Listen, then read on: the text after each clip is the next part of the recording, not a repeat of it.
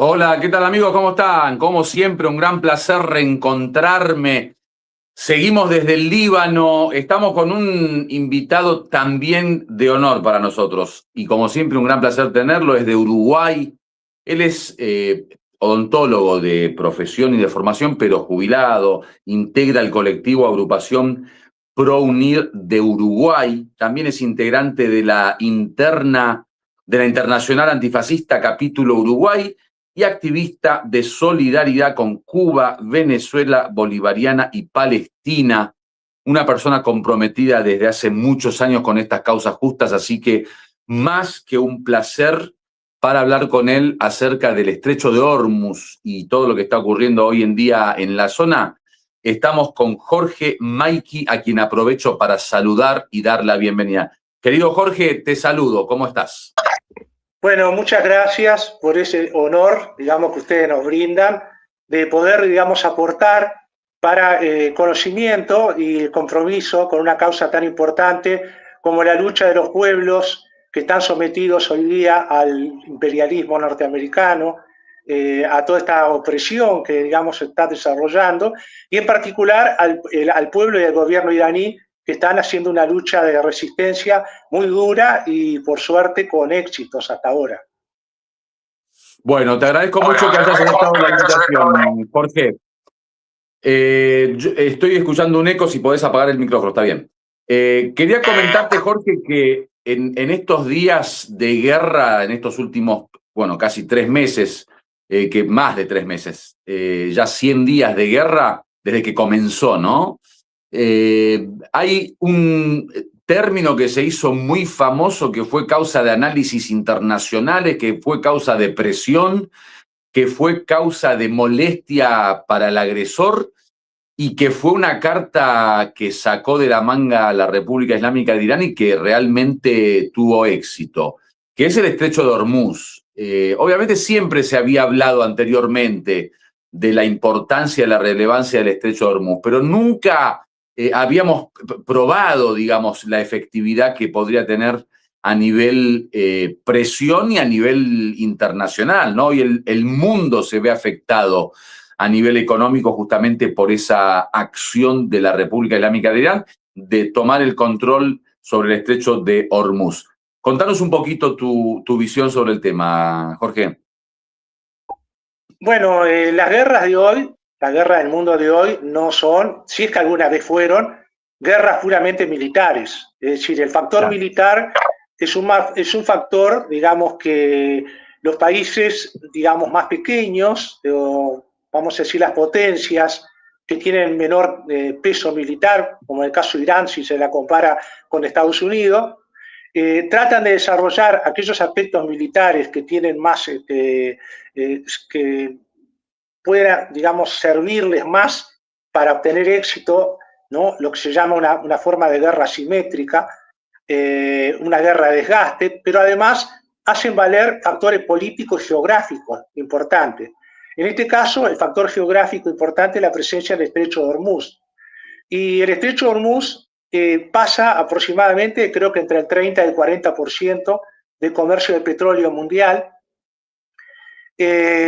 Y de hecho, si nosotros nos atenemos a los internacionales de la Convención de los Derechos del Mar, etcétera, bueno, esos tratados lo que dicen es que se debe aceptar la libre navegación, ¿no? En teoría, la libre navegación por todas las aguas, mares del mundo y océano, pero en los hechos lo que ocurría era de que las grandes potencias, en particular los de Estados Unidos, tenían un interés supremo en tener el control del estrecho, y de hecho lo tenían el control del estrecho. Y lo tenían a través de múltiples mecanismos. Uno de los mecanismos era la presencia de bases militares, de una gran cantidad de bases militares, una cadena de bases militares, y además el mismo control, digamos, de la flota norteamericana que estaba en las cercanías. Todo eso, digamos, desde hace muchos años, Estados Unidos ha justificado de alguna manera guerras, por ejemplo, como la que se llevó contra Irak, en su momento la invasión de Irak, para, en definitiva, controlar lo que ellos decían, una necesidad mundial de garantizar las rutas, la libertad de navegación, el flujo del petróleo a los países occidentales, etc. Pero en el fondo era también la hegemonía, mantener la hegemonía sobre esa zona, que es muy importante desde el punto de vista no solo económico, sino inclusive hasta el punto de vista histórico. Y bueno, y en definitiva lo que Irán está haciendo es ponerle un palo, fuerte palo a ese dominio, que de otra manera se estaría materializando, porque si digamos se dejara las cosas como estaban, Estados Unidos de alguna manera iba a seguir tratando de mantener las bases militares, por más que han sido fuertemente golpeadas dichas bases, y por otros mecanismos iba a seguir, digamos, dominando esa. Entonces, yo creo que Irán lo que está tratando de hacer, en definitiva, es asegurarse de que de alguna manera el Golfo Pérsico y sus inmediaciones no vuelvan a ser una amenaza para Irán. Y también, en cierto modo, está tratando de hacer un acuerdo con Omán, que es el otro, digamos, vecino, es la otra parte del estrecho, para que en definitiva tener, en cierto modo, entre los dos países la gestión del Golfo y, en definitiva, no con el objetivo de eliminar la libertad de tránsito, sino en definitiva regularla de manera de que esa no represente una amenaza, por ejemplo, que no entren barcos de guerra hostiles al Golfo Pérsico, no entren, por ejemplo, barcos que en definitiva representen los intereses del Estado de Israel, con el cual, de hecho, la República Islámica de Irán está en un conflicto, ¿no? Más allá de que haya momentos de guerra o no los haya. Y en definitiva, yo creo que esa es la situación por la cual Irán ha decidido, en definitiva, establecer un control sobre el estrecho de Hormuz. Básicamente es una cuestión de seguridad para Irán, y también una forma de terminar con el dominio de Estados Unidos y en general de todo el conjunto de países del bloque globalista que secundan a Estados Unidos, ¿no?, en esa tarea. Jorge, si nosotros investigamos un poquito todo lo que está ocurriendo, uno dice, bueno, Irán ejerció una presión muy, muy dura, porque vos date cuenta que ahora ya el mundo de alguna forma está disconforme con el accionar de los Estados Unidos con esta última guerra. En muchas guerras, gente puede decir, bueno, esto es un conflicto entre dos partes, que se arregle Irán con Estados Unidos y el conflicto se localiza en esa región. Pero lo que ocurrió con Hormuz, que hizo, digamos, que de alguna forma Estados Unidos se sienta presionado internacionalmente, porque a todos les afectó y todos de alguna manera están creando un ambiente de presión contra Estados Unidos como el responsable de esta crisis a nivel energético y económico que se da a nivel mundial. Entonces, ¿qué grado de presión internacional está teniendo Estados Unidos? Porque muchos de los analistas que tuvimos aquí en Irán al Aire hablaban que realmente está metida en un gran problema, o sea, realmente no sabe de qué forma darle solución lógica a esto que ella misma creó. Sí, yo creo que es un problema que tiene múltiples aristas por el lado de Estados Unidos. Por un lado, si bien Estados Unidos no importa en este momento la mayoría, ni siquiera un porcentaje demasiado elevado de petróleo del estrecho de Hormuz, todo lo que tiene que ver, digamos, con la sacudida de la economía mundial que genera el hecho de la situación en que está el estrecho de Hormuz, repercute sobre la propia economía de Estados Unidos por mecanismos indirectos, no tanto por la exportación de petróleo que se hace, de la importación que puede Estados Unidos hacer de esa zona, que repito, creo que no es más del 7 o el 8%, sino por el mecanismo indirecto a través, digamos, de la economía mundial, que de alguna manera repercute sobre los propia inflación, por ejemplo, que hay en Estados Unidos. El aumento de la inflación, el aumento del precio del combustible, ¿no?, que no se puede explicar por la dependencia directa de Estados Unidos de la zona, sino por toda la cadena mundial que se establece a través de los países de Europa, por ejemplo, y de otras partes que son afectadas y que terminan repercutiendo sobre Estados Unidos.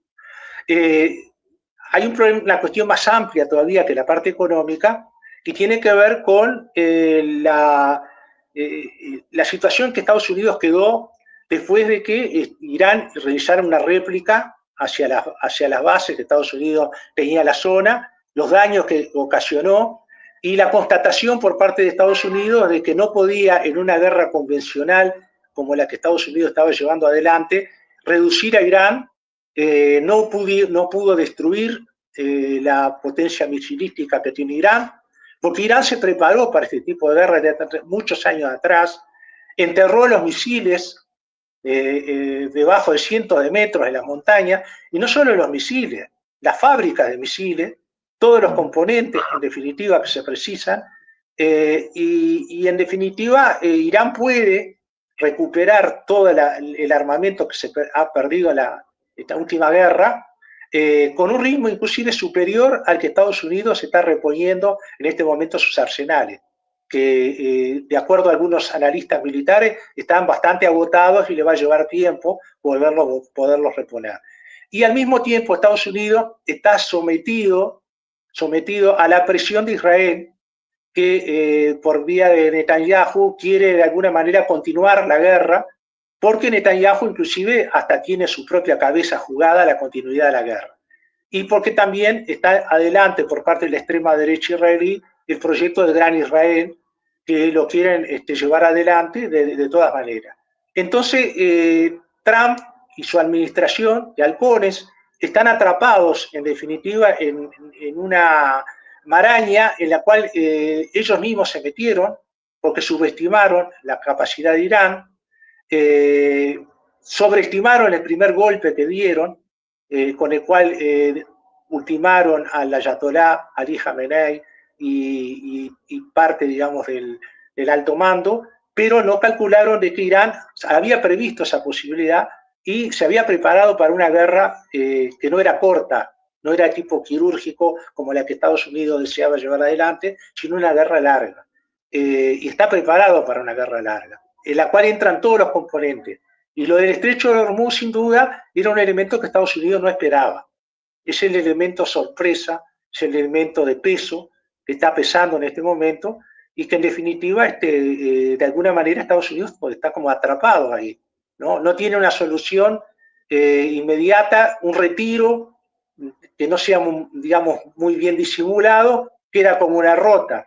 El ir para adelante, el huir para adelante y recomenzar la guerra también tiene un aspecto incierto. Y en definitiva, Estados Unidos navega, el gobierno de Estados Unidos navega en esa incertidumbre, y en este momento da la impresión de que es Irán el que tiene la iniciativa. Y eso es muy importante cuando la iniciativa pasa del que ataca al que se defiende y hay una contraofensiva militar y política, sobre todo política, entonces las cosas empiezan a cambiar. Jorge, el tema de la guerra,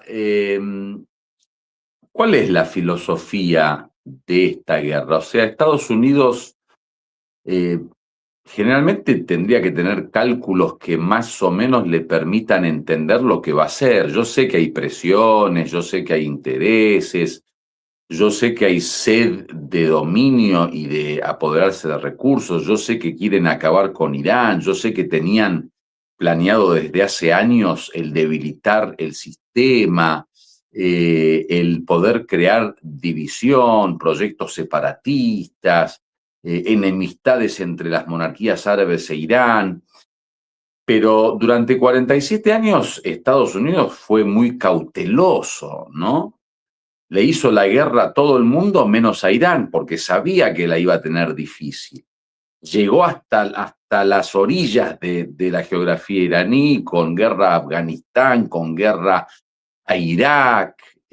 Bueno, ¿qué ocurre? Que ahora se decide y bueno, empieza esta guerra y le fue tan mal, porque ya la derrota norteamericana es famosa a nivel mundial, hasta ellos mismos de alguna forma terminan reconociendo cuando le piden por favor negociaciones y cuando prolongan tanto las negociaciones y cuando hacen tantas amenazas que nunca cumplen y cuando van a China a besarle las botas a China. O sea, todo eso habla de un reconocimiento de derrota. vos me vas a decir que Estados Unidos hizo esta guerra para ser derrotado. O sea, ¿dónde falla? ¿Dónde está el problema ahí? Bueno, yo creo que Estados Unidos nunca pelea ninguna guerra para ser derrotado. Lo que pasa es que a veces fallan los cálculos y es derrotado justamente por la falla de cálculo y sobre todo por la subestimación a los pueblos, al aspecto moral, al aspecto ideológico, ¿no? En definitiva, la disposición de los pueblos, que sigue siendo en esta época de guerras tecnológicas, de guerras donde hay un componente tecnológico muy importante, sigue siendo un elemento decisivo, sigue siendo un elemento decisivo. Yo creo que en varias cosas. En primer lugar, es cierto que Estados Unidos podía intuir que Irán es un país muy extenso, con una geografía muy accidentada, con montaña. Estados Unidos podía calcular que una ocupación de Irán iba a desatar una gran resistencia, pero no quiere decir que Estados Unidos ya desde el inicio de la Revolución Islámica no haya intentado desestabilizar Irán. Acuérdate tú, por ejemplo, de la guerra con Irak, cómo Estados Unidos y Arabia Saudita armaron Irak, cuando Irán no era tan poderoso tampoco como ahora, y eso le significó 1 millón de muertos. Fue un golpe muy grande para Irán tener que, digamos, tener tanta cantidad de víctimas, y bueno, y esa guerra fue fomentada por Estados Unidos, digamos, armó a Saddam Hussein, luego, obviamente, entró en contradicción con Saddam Hussein, porque en definitiva eso es lo que pasó, ¿no? Pasó en Panamá con Noriega, por ejemplo, que Noriega trabajó para la CIA, y resulta que después Estados Unidos se volvió contra Noriega porque Noriega no quiso seguir el libreto. Bueno, pero eso ya sería otra historia.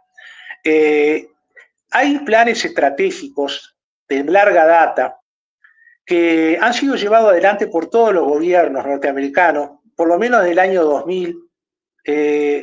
Había creo que secretario de Estado, que se llamó Wesley Clark, que creo que, no sé si en algún artículo o libro, señaló toda una serie de estados que tenían que ser, después de las Torres Gemelas, desestabilizados. Y en el último lugar de esos estados figuraba Irán. Estaba Libia, estaba Egipto, estaba Siria, estaba el Líbano, creo Irak, y bueno, no sé si me olvido de algún otro, e Irán. Irán figuraba en el último término. O sea, hay un plan, había planes estratégicos para, digamos, del dominio de esa zona. ¿Y cuál es digamos, el vínculo de esos planes con un plan más global de Estados Unidos? Porque el gran enemigo global en este momento de Estados Unidos, designado por los propios Estados Unidos, es China, ¿no? Bueno, Irán es uno de los principales proveedores de petróleo de China. El otro gran proveedor es Arabia Saudita. Se entiende que si se destruye Irán, o se establece un gobierno de Irán, digamos, afín a los Estados Unidos, ¿no? Trayendo nuevamente al nieto del Shah, por ejemplo, ¿no? Evidentemente se le da un golpe a China porque en definitiva una parte del petróleo de Irán que va para China, ¿no? Estados Unidos lo pasaría a controlar. Ese es un punto. Hay que tener en cuenta también que por Irán pasan, desde el punto de vista de la geopolítica, pasan rutas importantes de la iniciativa de la Franja y la Ruta de China, ¿no? Que conectan vía por Irán a Medio Oriente, inclusive hasta Europa mismo. Es una iniciativa donde China ha puesto mucho dinero, y luego también Irán es otro país estratégico desde el punto de vista de la llegada y del comercio de Rusia, de la Federación de Rusia, con la India, a través del puerto de Bandar Abbas, ¿no? Ferrocarriles, todo el sistema de carreteras, ferrocarriles, etcétera, etcétera. O sea, todos esos elementos que tienen que ver con la geopolítica realzan de alguna manera la importancia de Irán. Irán es una de las piezas fundamentales de los BRICS. Si hoy vemos, por ejemplo, cuál es la arquitectura del BRICS, y bueno, nosotros decimos, ¿cuáles son los 3 países que están más firmes ahí en el BRICS? Yo te diría que son 3: China, Rusia e Irán. Porque Brasil, por ejemplo, es oscilante, ¿no? Brasil trata de alguna manera de estar bien con obviamente porque gran parte del comercio de Brasil se hace con China, sobre todo por la soja. Trata de está en el BRICS, obviamente es uno de los fundadores, pero al mismo tiempo trata de estar bien con Estados Unidos. Entonces la política de Itamaraty ha sido siempre oscilante, es casi como una tradición, incluso con los gobiernos como lo de Lula, y la India sabemos que tiene lazos inclusive muy fuertes con el actual gobierno, con el Netanyahu. No obstante lo cual, forma parte de los BRICS. Eso para que se vea un poquito la complejidad del panorama y cómo Irán es muy importante. Entonces, creo que también ha pesado de alguna manera que Irán ha dado esta lucha, pero no ha estado aislado de Irán.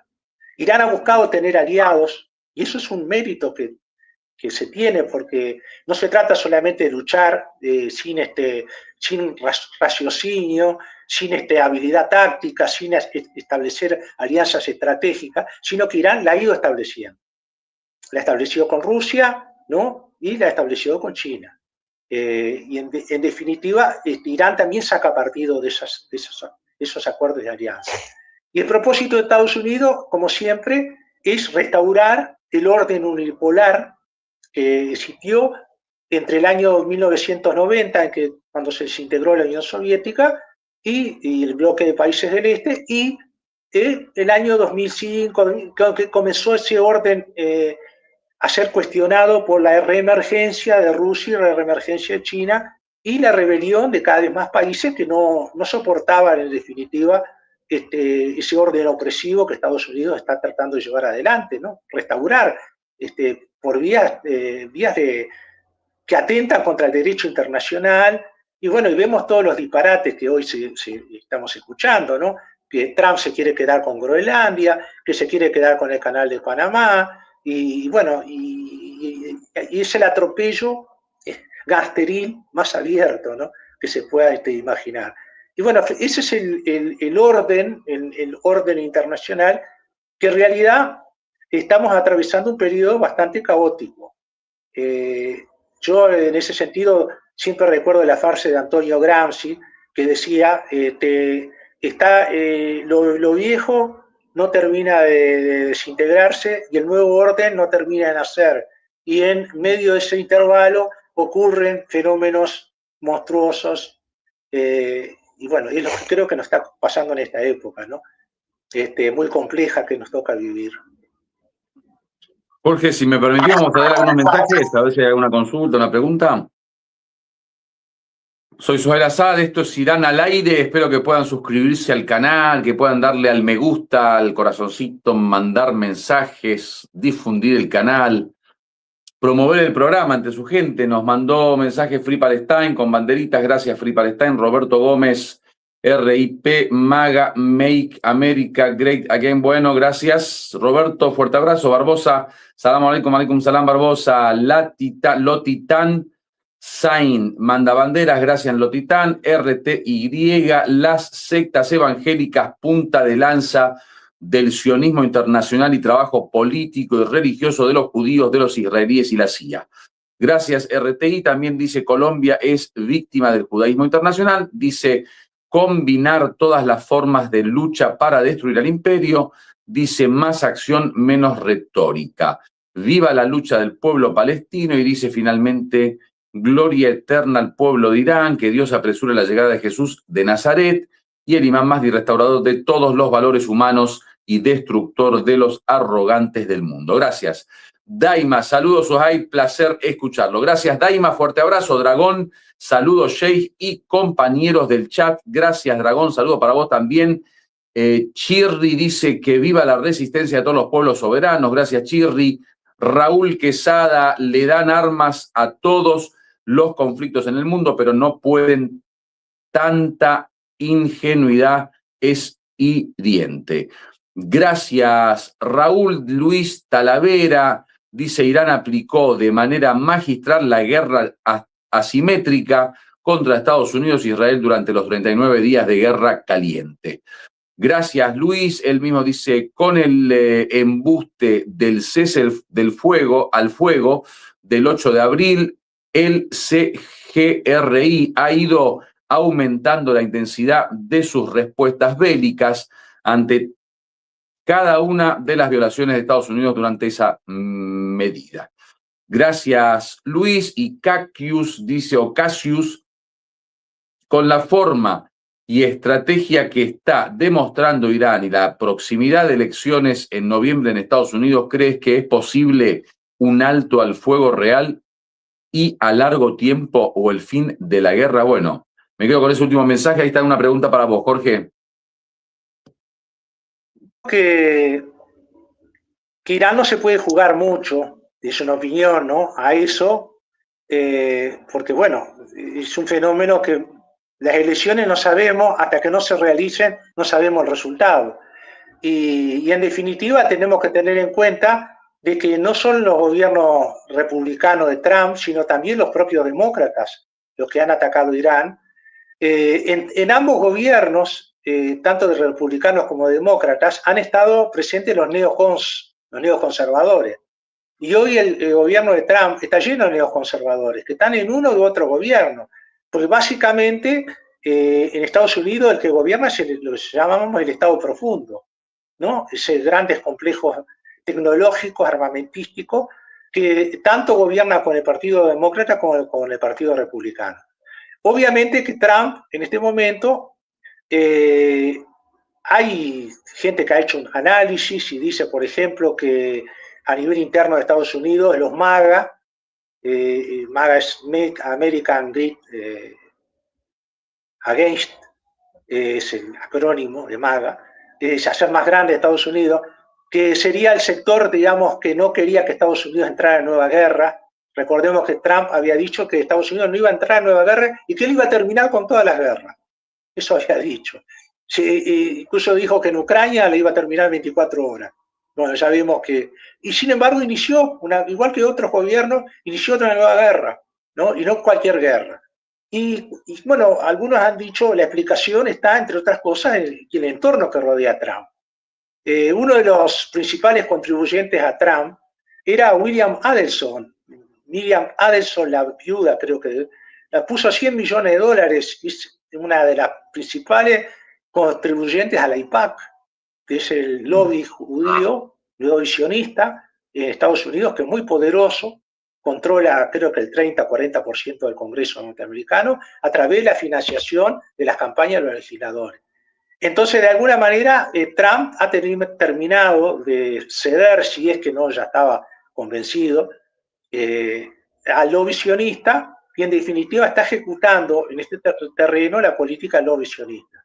Y la política lobby sionista coincide básicamente con el planteo de los globalistas, ¿no? Que es en definitiva volver al orden, como dije hoy, al orden unipolar que existía en el periodo que podemos establecer entre los años 90 y 2000 y pico, 2005, 2006, cuando comenzó a darse la reacción de Putin, de Rusia, lentamente, pero de a poquito, y luego a partir de la instalación de un gobierno semifascista en Ucrania y la guerra contra las repúblicas del Donbass, Rusia comenzó a reaccionar. A partir de ahí comenzó a reaccionar, puso el palo en la rueda, profundizó la alianza con China y bueno, y otros acontecimientos que han ocurrido en el mundo, la formación del BRICS, la propia resistencia de Irán, la integración de Irán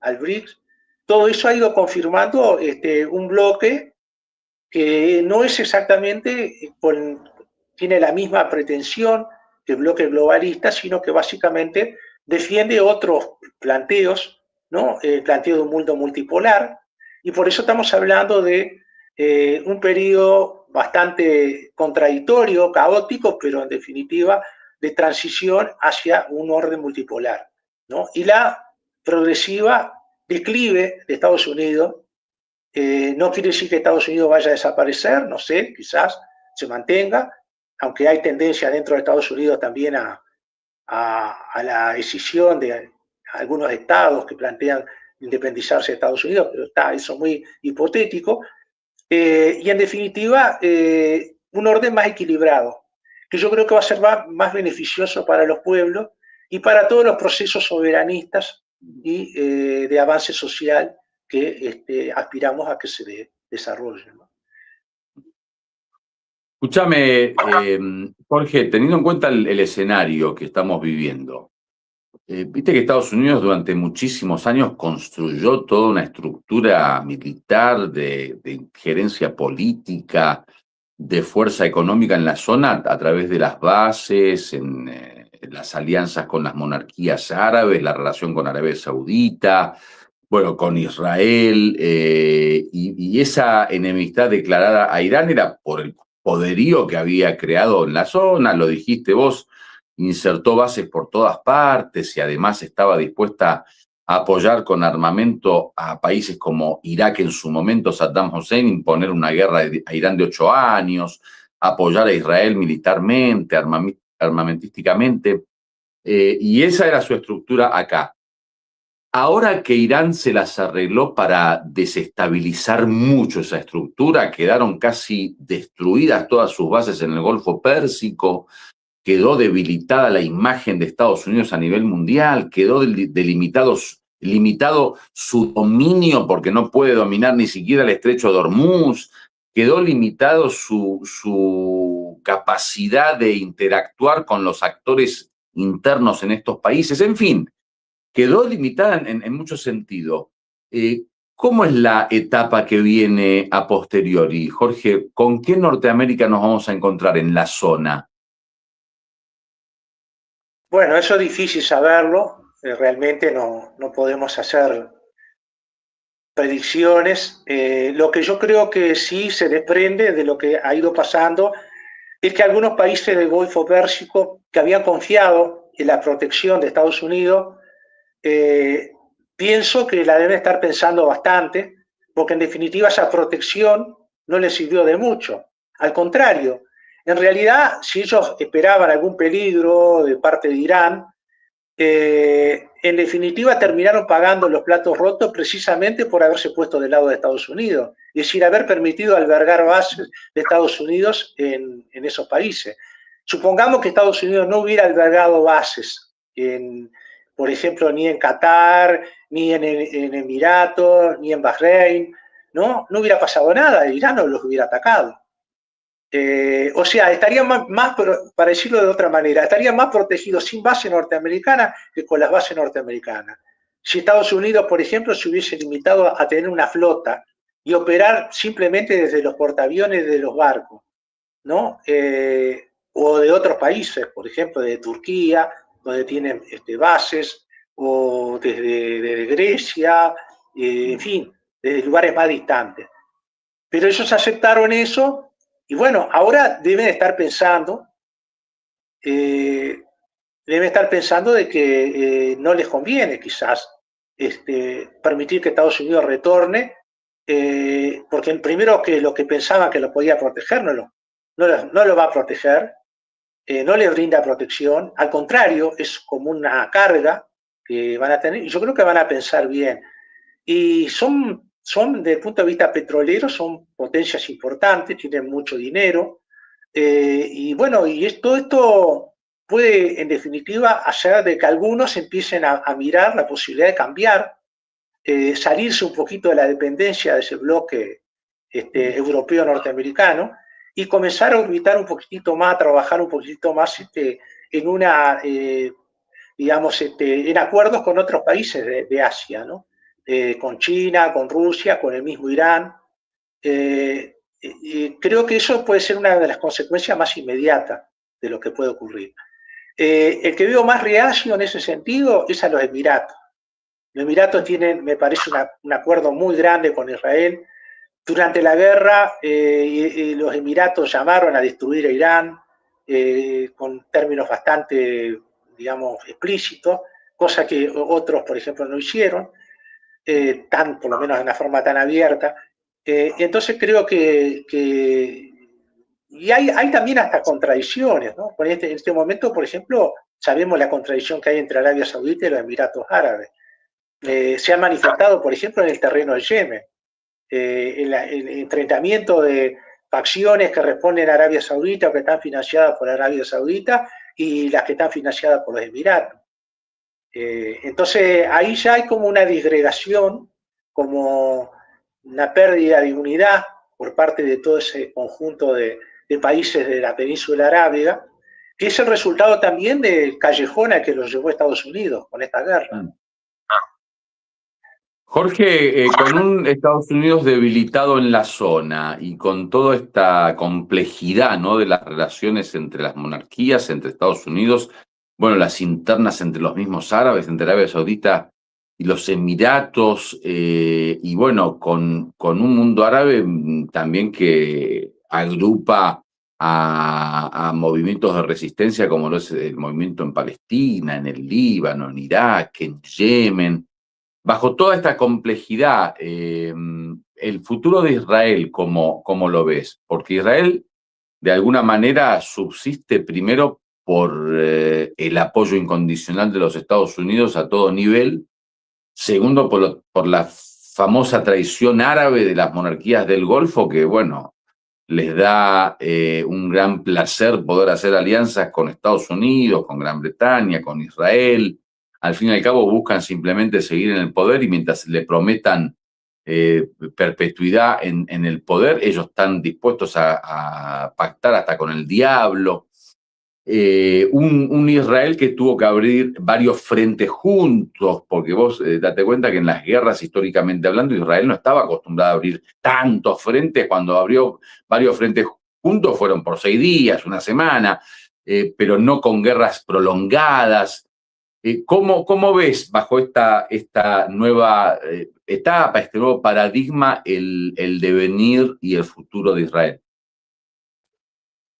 Bueno, yo creo que tú mismo adelantaste un poco mi respuesta.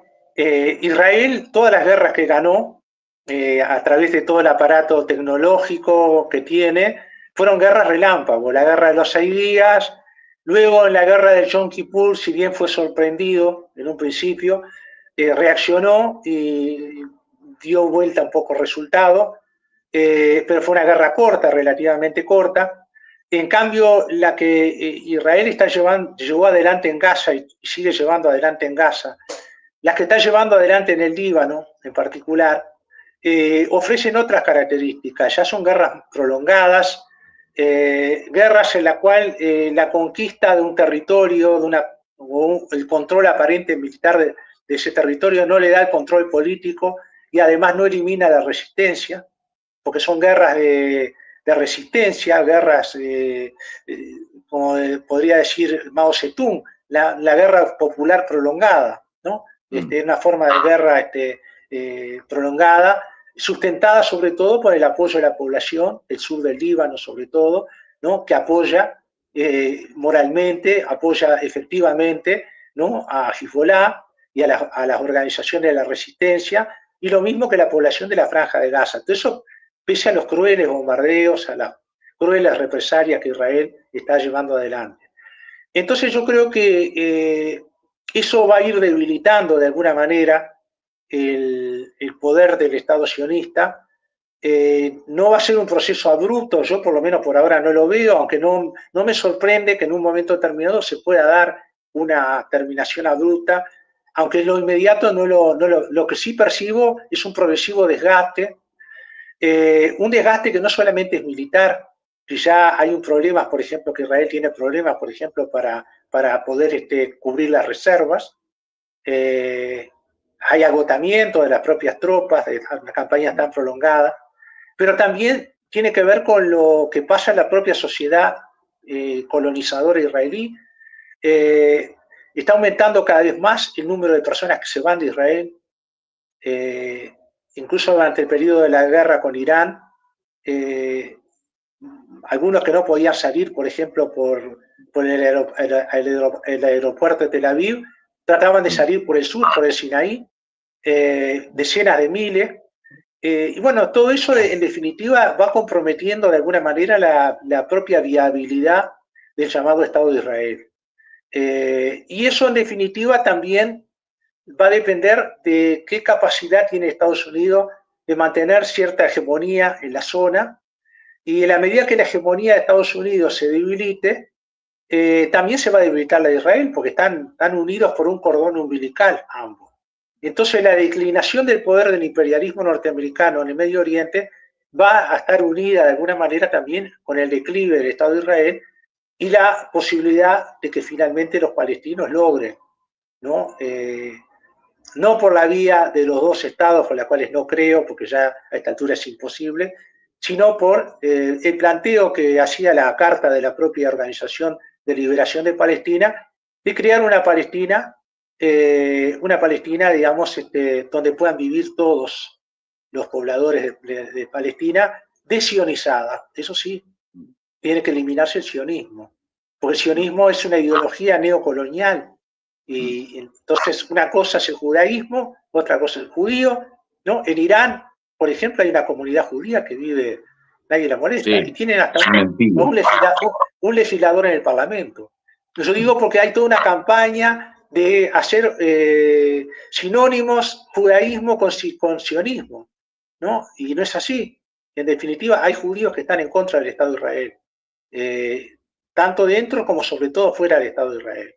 Entonces se trata justamente de un proceso, de alguna manera, va a ir agotando el proyecto sionista del Estado de Israel, y aunque parezca paradójico, se va a dar en el momento que Israel pareciera más fuerte, en el momento que Israel está en el sur de Siria, en el momento que está en el sur del Líbano, en el momento que parece que no hay nada que lo pueda detener, ¿no? Y sin embargo, en este momento es cuando ellos van a empezar a debilitarse, ¿no? Y ese debilitamiento va a llevar de alguna manera, en algún momento, pienso, no sé cuándo, al colapso del Estado de Israel. Y ahí se va a ver la posibilidad de que el problema de Palestina se solucione, ¿no? De alguna manera con la creación de un Estado palestino, ¿no? Con las características que yo espero que se den, ¿no? Que se señalé recién. Jorge, si me permitís, voy a leer algunos mensajes. Tenemos a Alfredo Nicanor, dice, buenas tardes, lindo repaso histórico, gracias Alfredo. Luis Talavera, el caballo de Troya en BRICS es la India. Nerendra de Modas Modi ha mostrado una amistad muy sospechosa con el ente sionista.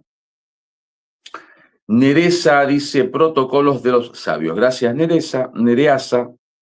Jorge Abbas, salam aleikum, Sheikh Suhail. Como siempre, nuestro apoyo desde Floresta de Beto para vos y tu familia. Gracias, Beto. Fuerte abrazo para vos y para Nereasa. Manu Sanrey dice, buenas noches a todos. Saludos, Suhail y Jorge. Muy buenas noches. Saludos para vos también, Manu. Fritzi dice saludos, que Dios les bendiga. Gracias, Fritzi. Un abrazo para vos. Cassius, saludos a todos. Hippie y like, compañeros. Gracias, Cassius. RTI, por favor, pueden dar un análisis geopolítico del plan judío de dominio del mundo. Esto con relación a los 24 protocolos de Sion. Gracias, RTI.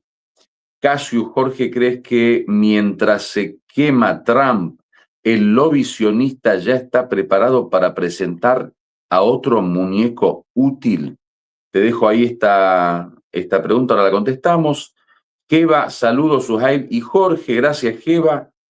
Gabriel González, gracias por tu programa desde Sierra de Ventana, Buenos Aires, Argentina. Gracias a vos, Geba, y a Gabriel. Campanillas, buenas noches a todos en el chat. Buenas noches, Campanilla. Raúl Quesada, y después se preguntan por qué tienen un presidente como Milei. Gracias, Raúl. Después dice, los judíos no existen, mienten y después vuelven a mentir. Alexis Robato, salud, Sexuel, y a mi compa Jorge, un genio. Gracias, Alexis y Raúl. Bueno, ahí te preguntaba uno, Jorge. Bueno, yo creo que en parte respondí de desarrollos anteriores. En definitiva, el lobby sionista en Estados Unidos, representado sobre todo por el AIPAC, trabaja en los dos partidos, el republicano y el demócrata. Y hasta ahora todos los presidentes, unos más, otros menos, han sido sensibles a la influencia de ese lobby, ¿no? Yo diría que de los últimos, prácticamente todos. O sea que, en definitiva, si Trump mañana pierde las elecciones, o bueno, termina procesado o echado, no sé, como lo que suceda, en definitiva, ellos van a buscar otro dentro del Partido Demócrata o Republicano u otros, y bueno, creo que hasta ahora les ha dado resultado, ¿no? No he encontrado hasta ahora en la historia de los últimos años, decenios, ningún presidente de Estados Unidos, absolutamente ninguno, que haya ido frontalmente en contra del Estado de Israel. Así que esa parte creo que lamentablemente va a seguir, ¿no? Bueno, escúchame, Jorge, para ir redondeando un poquito, porque no queda mucho tiempo. Viste que estamos ahora esperando los resultados de estas negociaciones que, bueno, la gente mucho no entiende qué es lo que está pasando. Se han prolongado mucho por ser simplemente un ida y vuelta con claridad de las condiciones de las dos partes. Digo, desde el principio estaba muy claro lo que quería cada uno, por lo menos la parte iraní, que era la importante, porque al fin y al cabo los Estados Unidos suplicó por negociar, porque Irán estaba con la guerra contenta y estaba dando para adelante. Entonces ya está bastante prolongado, la gente está media confundida, te digo, hasta en donde nos encontramos nosotros. Yo me encuentro en el Líbano y además resido en Irán desde hace 28 años. No hay claridad del análisis, porque, bueno, hay primero que mucho secretismo, segundo porque las negociaciones no son directas, hay un intermediario, tercero porque con la maquinaria propagandística de Trump, viste, uno termina perdido porque todos los días una nueva publicidad, todos los días una nueva amenaza, todos los días un nuevo resultado, todos los días una nueva derrota, todos los días una nueva victoria. O sea, una cosa que, viste, cada día uno se levanta para ver qué significado tiene la vida, porque todos los días es una nueva historia. Entonces, ¿hacia dónde nos dirigimos? ¿Cómo va a continuar esto? ¿Cómo van a terminar las negociaciones? ¿Viene la guerra? ¿Viene un cese al fuego? ¿Viene pacto de paz?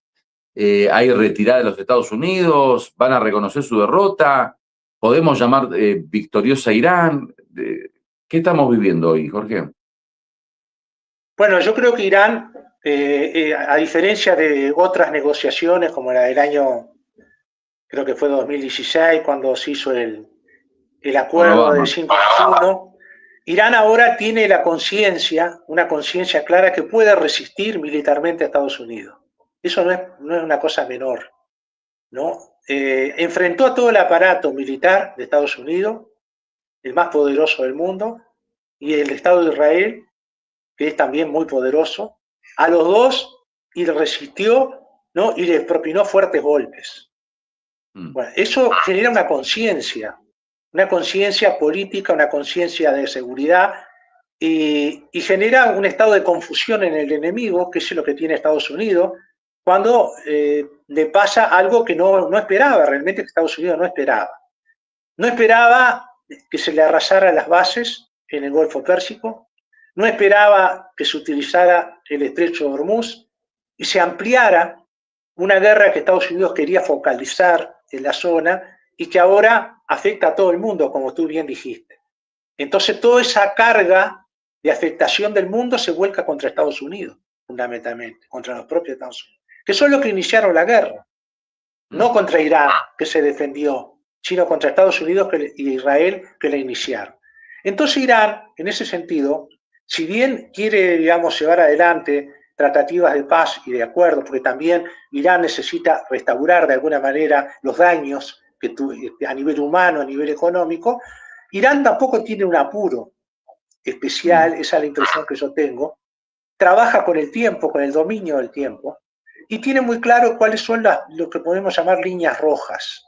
Las líneas rojas de Irán, para mí, son la tecnología de misiles, o sea, no limitar el punto fuerte que tiene Irán, que Estados Unidos ya ni siquiera insiste ya en eso, limitar la producción de misiles, por ejemplo, el programa pacífico de energía nuclear, ahora agregó el Estrecho de Hormuz, el control del Estrecho de Hormuz, la eliminación de las bases militares de Estados Unidos en la zona, bueno, y sobre todo, ha insistido últimamente en la terminación de la agresión de Israel y de Estados Unidos en el Líbano y sobre todo en el Líbano. no separa lo que está pasando en los distintos escenarios, porque Irán sabe que su fuerza en parte depende también del complemento que la fuerza de la llamada resistencia le dan a la lucha común que todos tienen entre Irán y los distintos grupos de la resistencia, en el Líbano, en Irak, en Yemen y en otras partes, para justamente terminar con el sionismo, con el Estado sionista, con el dominio sionista y la agresividad del sionismo en el Medio Oriente, y restaurar los derechos del pueblo palestino. En ese sentido, yo creo que Irán tiene una posición muy clara en ese sentido, y sabe que no está apurado, no tiene un apuro, y en definitiva trabaja con el dominio del tiempo, sabiendo que ese tiempo corre en contra de Estados Unidos, en parte por lo que tú decías hoy de las elecciones, ¿no? Ellos manejan eso, y también aunque no hubieran elecciones, porque en definitiva Estados Unidos no puede en este momento dar un relato a nivel mundial convincente de una victoria que no ha obtenido. Entonces necesita de alguna manera desesperadamente ver si le puede arrancar alguna cosita a Irán, mínima aunque sea, que pueda decir, bueno, acá nos retiramos de una manera honorable del Medio Oriente. No perdimos, no ganamos, pero no perdimos. Y Irán como que quiere de alguna manera hacer un acuerdo con Estados Unidos que en definitiva ese acuerdo no disimule su triunfo ni disimule tampoco la derrota de Estados Unidos. Yo lo veo en esos términos, ¿no? Es una posición muy firme de Irán, y que quede claro que Irán ganó. Es una apuesta fuerte que Irán hace. No sé si después, como en todo trato diplomático, en alguna cuestión menor se termine cediendo o no, pero en las líneas rojas fundamentales yo lo veo muy firme a Irán. Bueno, Jorge, yo quedo más que agradecido por tu participación. Te agradezco mucho que hayas aceptado la invitación de Irán al Aire. Estuvimos juntos ya casi una hora, así que me voy despidiendo porque termina el programa. Te mando un fuerte abrazo y te felicito por toda tu labor y por estar siempre al lado de estas causas justas y por hacer llegar la voz de los oprimidos al mundo, bueno, a través de estos canales y de muchas otras actividades que tenés. Así que te mando un gran saludo para vos y para toda tu familia. Quiero aclarar de que yo soy también de esa zona, soy libanés de origen. Es más, soy nacido en el Líbano. Sí, tenía 1 año de edad cuando me trajeron a Uruguay, pero mis padres eran libaneses, y bueno, y por eso siempre tuve un poco de corazón, y sobre todo a través de lo que he podido ir leyendo, una ligazón no solo con el Líbano, sino con el conjunto de los países árabes y los países islámicos de la zona, ¿no? Como el caso de Irán. Así que te agradezco mucho, y bueno, a las órdenes, ¿no? Para cualquier otro contacto. Muchas gracias. Gracias, Jorge. Fuerte abrazo. Cuídate. Bueno, estuvimos con Jorge Maiki de Uruguay, integrante del colectivo Agrupación Pro Unir de Uruguay, además activista y alguien que trabaja mucho por la solidaridad de los pueblos. Voy a leer los últimos mensajes. Raúl, menos acabar con el enemigo, ha hecho de todo Irán. Raúl dice, las preguntas injustas paren respuestas poco idóneas. Jorge es muy prudente al responder, las predicciones son la trampa del analista político, es adictivo predecir, con el tiempo se hace un vicio, dice Alfredo Nicanor. El que dice, muchas gracias por estar ahí, gracias a vos, gracias Alfredo, gracias a Raúl. Raúl dice, por favor, en una guerra gana quien derrota al enemigo. Raúl dice, Estados Unidos se pasa por allá, todos esos argumentos tontos. Raúl, la guerra no ha acabado. Manu, Irán nunca ha insinuado atacar con arma nuclear, mientras Estados Unidos e Israel han utilizado esa excusa para atacar a Irán y al final lo atacaron con una guerra ilegal, traicionera e Irán se ha ganado. Bueno, Luis Talavera, el fracaso de Estados Unidos contra Irán ha retrasado la intención del primero en intervenir militarmente a Cuba. Manu dice el respeto del mundo, saludos para Luis y Manu.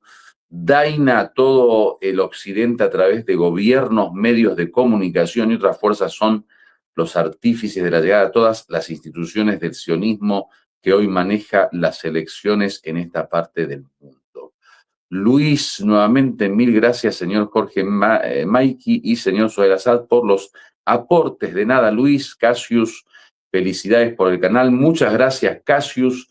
Gracias por informar, dice él. Manu, yo desde Málaga, España, apoyo a mi gobierno por la postura que ha tomado referente a Irán. Muchas gracias, Mamu. Un saludo para vos, para Cassius, para Luis. RTY, saludos desde Colombia. Fuerte abrazo, RTY. Daina, gracias, clarísimos conceptos del señor Maiki. Gracias, Daina. Chirri, grandes las enseñanzas de Irán sobre su resiliencia e inteligencia al mundo entero que fue capaz de someter al gran Satán. Cassius, fuerza Irán haciendo historia y poniendo en sus sitios a los yanquis.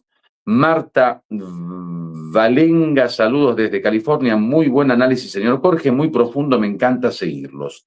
Muchas gracias, Marta, fuerte abrazo para vos. Gabriel González, ¿qué opina sobre los sionistas? Bueno, no podemos ya preguntar por qué se fue.